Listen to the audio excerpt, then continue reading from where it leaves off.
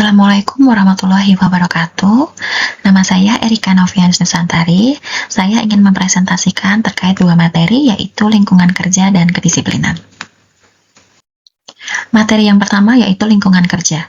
Lingkungan kerja adalah keadaan di mana tempat kerja yang baik meliputi aspek fisik dan non-fisik yang dapat memberikan kesan menyenangkan, aman, tentram, perasaan betah atau kerasan, dan lain sebagainya.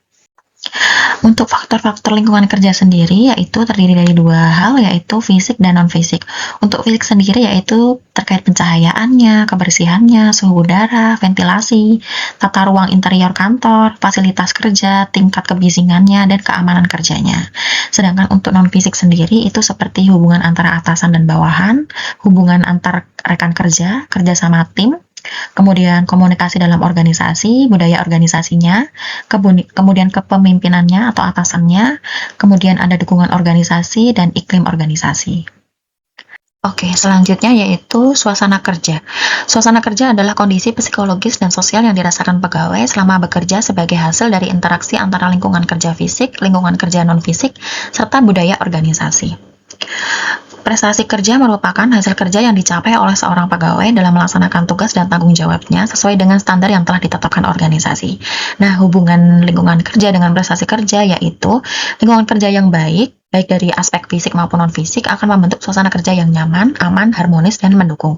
Suasana kerja yang positif selanjutnya dapat meningkatkan motivasi, kepuasan kerja, keterlibatan, konsentrasi, dan kerjasama antar pegawai, sehingga menghasilkan prestasi kerja yang lebih tinggi. Selanjutnya, materi yang kedua yaitu kedisiplinan. Kedisiplinan merupakan cerminan kesediaan dan kesanggupan seseorang untuk mematuhi peraturan, prosedur, serta norma yang berlaku dalam organisasi. Disiplin yang baik menunjukkan adanya kesadaran individu untuk melaksanakan tugas secara bertanggung jawab tanpa harus diawasi secara terus-menerus. Jadi untuk inti kedisiplinan sendiri itu terdiri dari kesadaran memenuhi aturan, tanggung jawab terhadap pekerjaan, konsisten dalam bekerja, kemudian tepat waktu, serta profesional dalam menjalankan tugas. Kemudian faktor dan indikator disiplin kerja itu sendiri yaitu untuk faktor internal sendiri terdiri dari motivasi kerja, kesadaran diri, komitmen organisasi, integritas, serta etos kerja.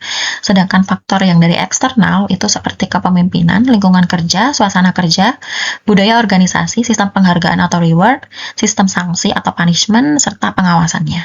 Kemudian untuk indikator disiplin kerja itu yang pertama yaitu kehadiran atau attendance, itu tingkat kehadiran sesuai jadwal kerja. Kemudian yang kedua ada ketepatan waktu atau punctuality, yaitu datang, memulai, dan menyelesaikan pekerjaan secara tepat waktu. Kemudian yang ketiga ada kepatuhan terhadap peraturan, yaitu menaati kebijakan dan tata tertib organisasi. Kemudian yang keempat terdapat kepatuhan terhadap SOP, yaitu dengan bekerja sesuai prosedur yang telah ditetapkan oleh organisasi. Kemudian yang kelima ada tanggung jawab, yaitu dengan melaksanakan tugas dengan sungguh-sungguh dan dapat dipertanggungjawabkan. Kemudian yang keenam yaitu penggunaan fasilitas kerja, yaitu menjaga dan memanfaatkan aset organisasi secara tepat waktu.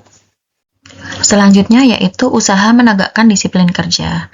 Yang pertama yaitu menetapkan peraturan kerja yang lebih mengikat. Yang dimaksud di sini yaitu organisasi harus mempunyai peraturan dan tata tertib kerja yang disertai dengan tindakan disipliner bagi mereka yang melanggar. Kemudian yang kedua ada membentuk hubungan kerja yang harmonis. Keberhasilan seorang pemimpin banyak tergantung pada bagaimana cara membina hubungan baik antara pimpinan dan bawahannya. Kemudian yang ketiga terdapat yaitu mengadakan pengawasan yang cukup. Dengan dilaksanakannya pengawasan yang cukup akan menjamin terrealisasinya target produksi sesuai dengan rencana organisasi. Mengingat hal ini, pengawas selalu memantau dan meninjau kembali perkembangan hasil kerja karyawan dari hari ke hari. Selanjutnya yaitu tindakan pendisiplinan. Itu terdiri dari dua hal, yaitu pendekatan positif dengan diberi nasihat untuk kebaikan di masa yang akan datang, atau dengan pendekatan negatif, yaitu dengan memberikan peringatan lisan, memberikan peringatan tertulis, dihilangkan sebagian haknya, didenda, dirumahkan sementara, diturunkan jabatannya, bahkan bisa sampai dipecat. Untuk urut-urutan tindakan kedisiplinan negatif ini disusun berdasarkan tingkat kekerasannya dari yang paling ringan sampai yang paling berat, tergantung dengan tindakan indisiplinernya. Baik, cukup sekian dari saya. Terima kasih.